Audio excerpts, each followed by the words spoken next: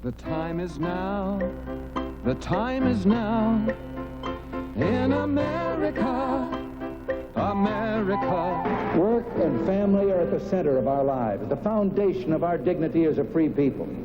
When we deprive people of what they've earned or take away their jobs, we destroy their dignity and undermine their families. We can't support families unless there are jobs, and we can't have jobs unless the people have both money to invest and the faith to invest it. It's time to put America back to work, to make our cities and towns resound with the confident voices of men and women of all races, nationalities, and faiths, bringing home to their families a paycheck they can cash for honest money.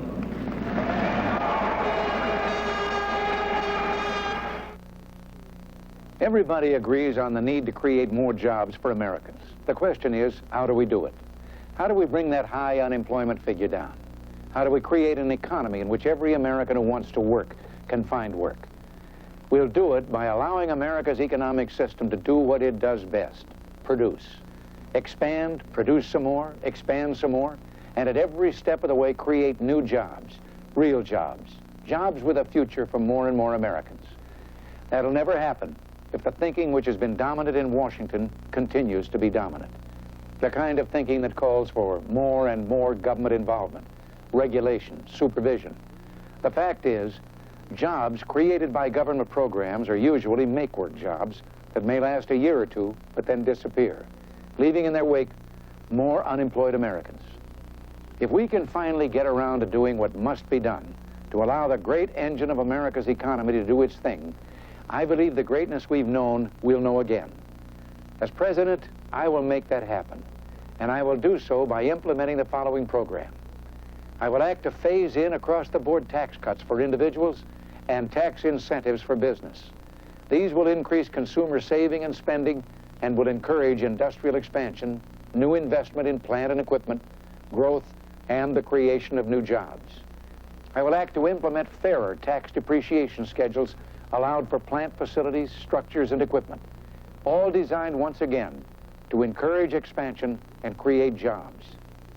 If we make it profitable for industry to grow, industry will have every reason to want to grow, and economic growth is the key to the creation of new jobs. In every way possible, we must act to put Americans back to work.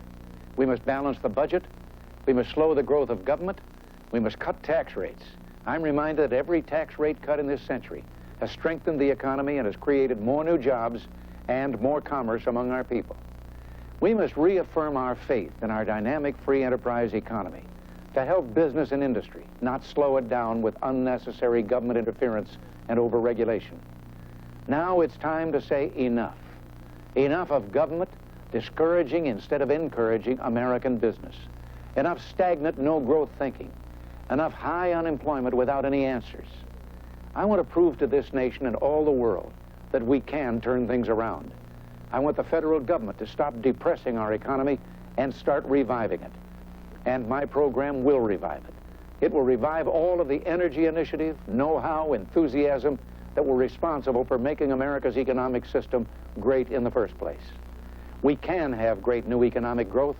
We can get American business booming again. We can create thousands of new jobs and put Americans back to work, bringing home paychecks, enjoying renewed confidence, experiencing happy lives again with their families in their cities and towns all across the land. We can do all of this, my fellow Americans, and the time to do it is now. The time is now for Reagan. Reagan for president.